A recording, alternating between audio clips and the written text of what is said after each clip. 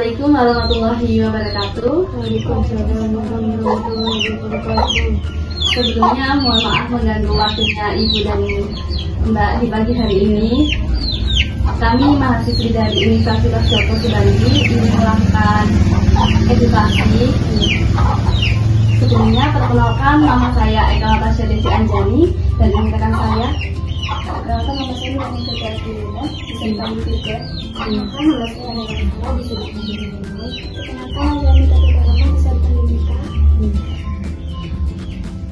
Tujuan kami datang ke sini yaitu untuk melakukan edukasi bagaimana sih cara menangani kejang dengan baik.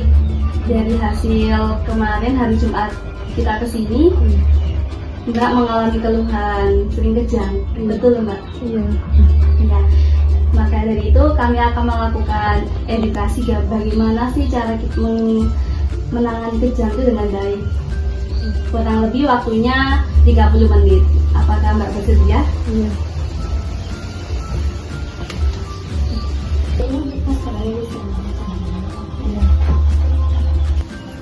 Sebenarnya seperti ini ya Bu. Cara kita menangani seperti mbaknya kalau sudah mulai kambuh seperti kejang gitu ya Ibu.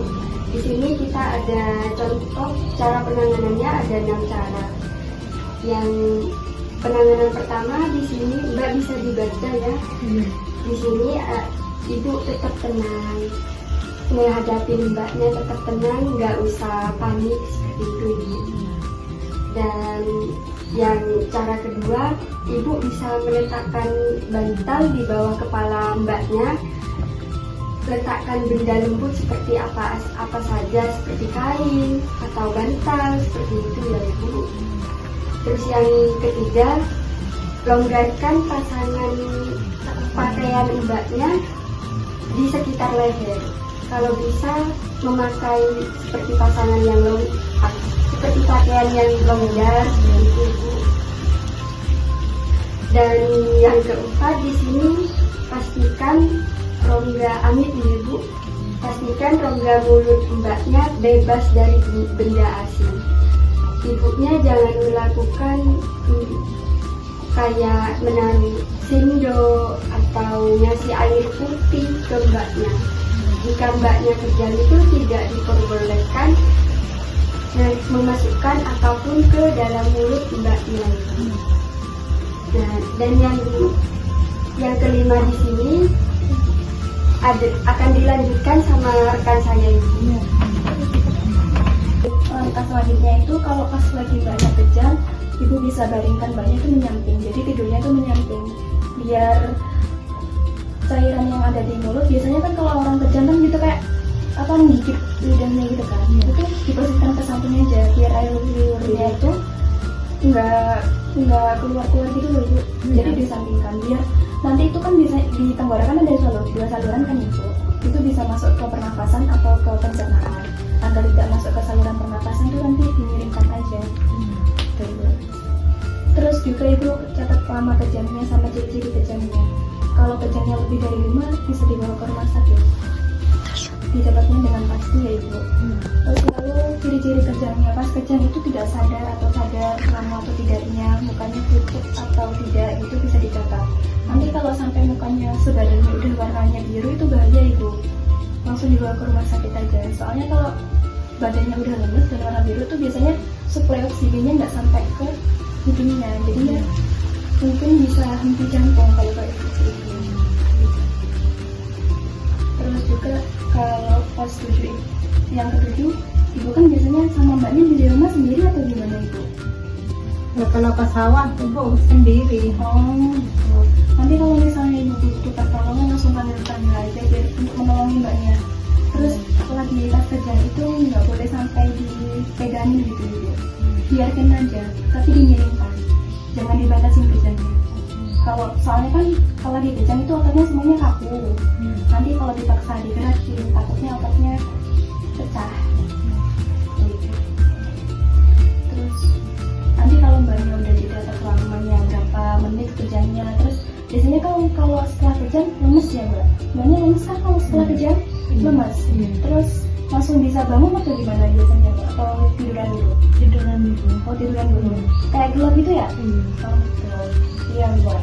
Itu nanti kalau ibu bisa bantuin mbaknya disuruh minum air gula hangat gitu Bu, buat bantu pulih tenaga. Biasanya kalau mbaknya setelah kejang gimana ya Mbak?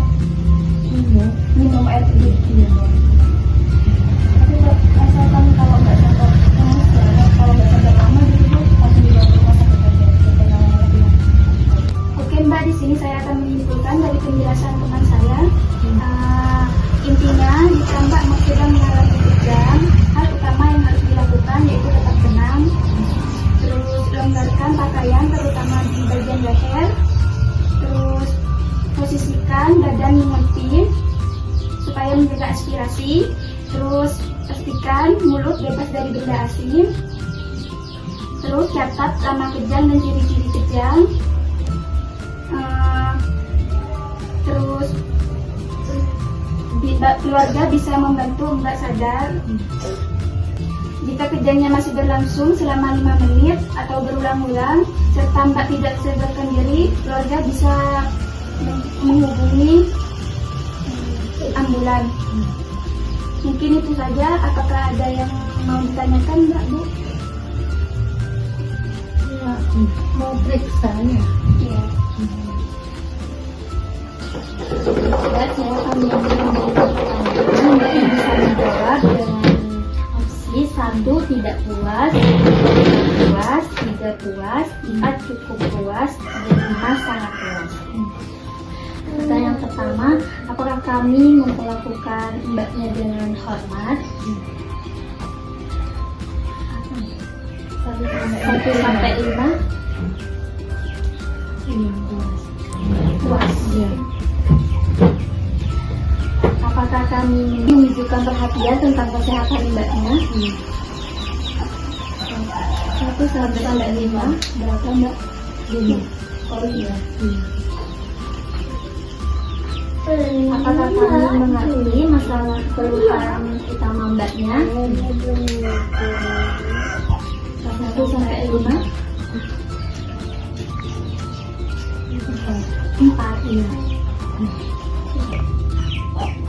Baik, terima kasih untuk Mbak dan Ibunya yang telah mengizinkan kami untuk melakukan penyuluhan yaitu edukasi cara menangani kejang.